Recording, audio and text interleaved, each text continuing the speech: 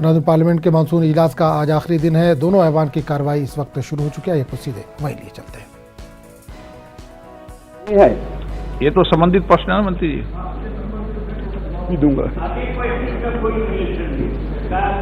जनाब, 2016 के अंदर एनसीएलटी स्थापित हुआ था, चालू हुआ था, और उसके चालू होने के उपरांत कुल मिलाकर के जो पहले सीएलबी हुआ करता था उसके 5345 केस, हाई कोर्ट के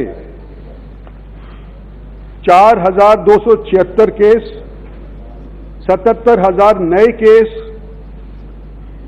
एनसीएलटी के यहां दाखिल हुए।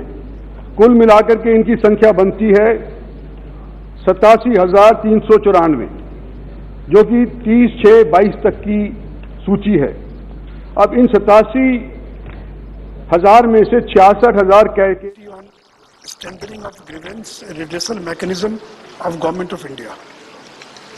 Report of Joint Committee on Office of Profit, Sushri Dora Sen. Thank you, Chairman, sir. With your permission, I rise to lay on the table a copy in English and Hindi of the 8th report of the Joint Committee on Office of Profit. Thank you, sir. Reports of the Department Related to Parliamentary Standing Committee on Chemical and Fertilizers. Dr. Anil Jain. धन्यवाद सभापति महोदय, आपकी अनुमति से मैं आज के कार्य की सूची में मेरे नाम के सम्मुख तथा सूचीबद्ध रसायन एवं उर्वरक संबंधी स्थायी समिति का 35वां, 36वां, 37वां और 38वां की गई कार्यवाही प्रतिवेदन हिंदी तथा अंग्रेजी में सभा पटल पर रखता हूँ। Reports of the Department Related to Parliamentary Standing Committee on Petroleum and Natural Gas. Shrimati Kanta करदम, श्री राम भाई हरजी भाई मुकारिया। सर महोदय, मैं आज की कार्यसूची में मेरे नाम के सन्मुख यथा सूचीबद्ध पेट्रोलियम और प्राकृतिक गैस संबंधी स्थायी समिति के 14वां और 15वां प्रतिवेदन सभा पटल पर रखता हूँ। Report of the public accounts committee, Shri Bhuvnesh करिता। Chairman sir, with your permission, I rise to lay on the table of the House a copy in English and Hindi of the 53rd report on excesses over voted grants and charged appropriation 2019-20 of the Public Accounts Committee 22-23. Thank you, sir. Statement by Minister Sri Prahlad Joshi. Sir, with your permission, I rise to lay a statement regarding the status of implementation of the recommendations contained in the 19th report of the Department Related Parliamentary Standing Committee on Coal, Mines and Steel on coal conservation and development of infrastructure for transportation of coal across the country pertaining to the Ministry of Coal. Dr. Mansukh Bhai Mandaviya.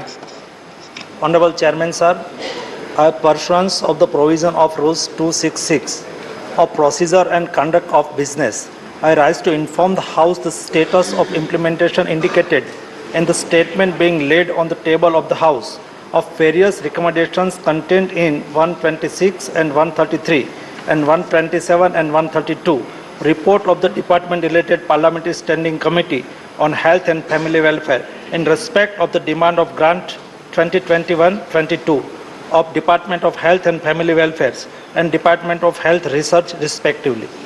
Shri Prahlad Singh Patel. माननीय सभापति महोदय, मैं आपकी अनुमति से आज की संशोधित कार्यसूची में क्रम संख्या 3 पर लिखित एक वक्तव्य सभा पटल पर रखता हूं, जो पेयजल स्वच्छता जल शक्ति मंत्रालय की 2022 और 23 की अनुपूरक मांगों पर मंत्रालय की स्थायी समिति द्वारा की गई सिफारिशों की कार्रवाई से संबंधित है। श्री पंकज चौधरी। सभापति महोदय, राज्यसभा के निर्देश के अनुसार अनुसरण में आर्थिक एवं कार्य विभाग, व्यय विभाग, वित्तीय सेवाएं विभाग, लोक उद्यम विभाग और निवेश और लोक अस्तित्व प्रबंधन विभाग से संबंधित वित्त से संबद्ध स्थायी समिति की 17वीं लोकसभा की 40वीं रिपोर्ट में निहित सिफारिश के कार्यान्वयन की स्थिति के संबंध में वक्तव्य देना अपना सौभाग्य मानता हूं।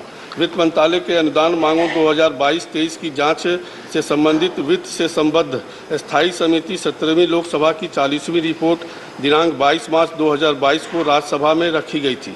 समिति ने अपनी रिपोर्ट में विभिन्न मुद्दों पर विचार विमर्श किया था।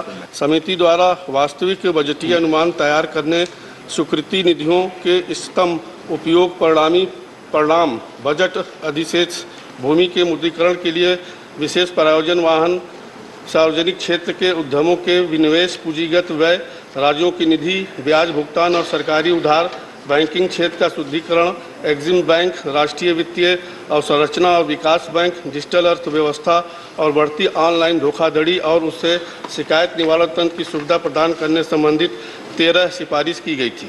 इस रिपोर्ट में निहित सिफारिशों, टिप्पणियों के संबंध में की गई कार्रवाई के विवरण वित्त से संबद्ध स्थायी समिति को भेज दिए गए हैं। समिति द्वारा 40वीं रिपोर्ट में की गई सिफारिश के कार्यान्वयन के वर्तमान स्थिति उत्तर सभा पटल पर रखा गया। श्री अजय रंजन चौधरी जी। Sir, I am hailing from a district in West Bengal named after Murshidabad district, which shares one of the highest concentration of beedi workers in the country.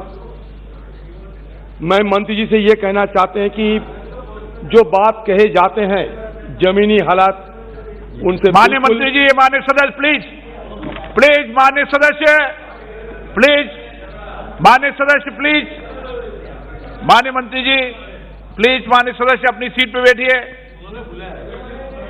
नहीं, माननीय मंत्री जी ने बुलाया, मेरी इजाजत के बिना माननीय मंत्री जी नहीं बुला सकते। नो नो प्लीज, ये मंत्री बोलने का क्या तरीका है सर? नहीं सर, ये गलत है सर। आपको तरफ से रूलिंग देना चाहिए सर। एक सांसद को इस प्रकार से बोल सर, आपको तरफ से रूलिंग देना चाहिए। सही नहीं।